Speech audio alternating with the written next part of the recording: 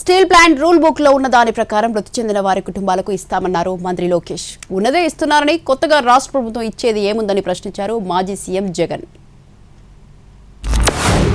25 లక్షల రూపాయలు ఫస్ట్ విడత కింద 8 మంది వాళ్ళ అకౌంట్లో డబ్బులు వేస్తడం జరుగుతుంది. ఇంతేకాదు దాని తర్వాత రావాల్సిన ఎక్స్గ్రేషియా, పిఎఫ్ అకౌంట్ నుంచి రావాల్సిన డబ్బులు, స్టీల్ ప్లాంట్ ఇవ్వాల్సిందంతా కూడా మేము మొత్తం క్యాలిక్యులేట్ చేసి ఆ కుటుంబ అకౌంట్లో వేసే బాధ్యత ప్రభుత్వం తీసుకుంటుంది.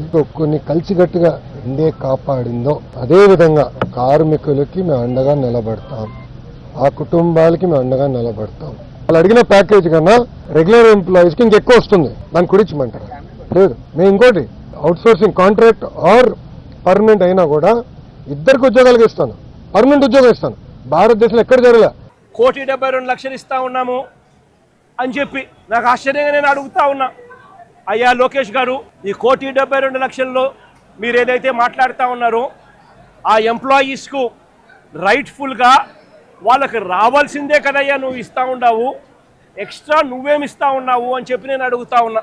ఈ ఎంప్లాయీస్కి రావాల్సిన గ్రూప్ ఇన్సూరెన్స్ అయితేనేమి, ప్రావిడెంట్ ఫండ్ అయితేనేమి, గ్రాట్యుటీ అయితేనేమి, రిస్క్ ఇన్సూరెన్స్ అయితేనేమి, వీటి నేపథ్యంలో 1.45 crores వాళ్ళకే రావాల. ఆ తర్వాత కంపెనీనే మరో 25 లక్షలు ఇస్తా ఉంది, అది కూడా విశాఖపట్నం స్టీల్ ప్లాంట్ కంపెనీయే ఇస్తా ఉంది. కేవలం ప్రైమ్ మినిస్టర్ రిలీఫ్ ఫండ్ కింద కేవలం 2 లక్షల రూపాయలు అదనంగా ఎక్స్గ్రేషియా కింద వస్తా ఉంది.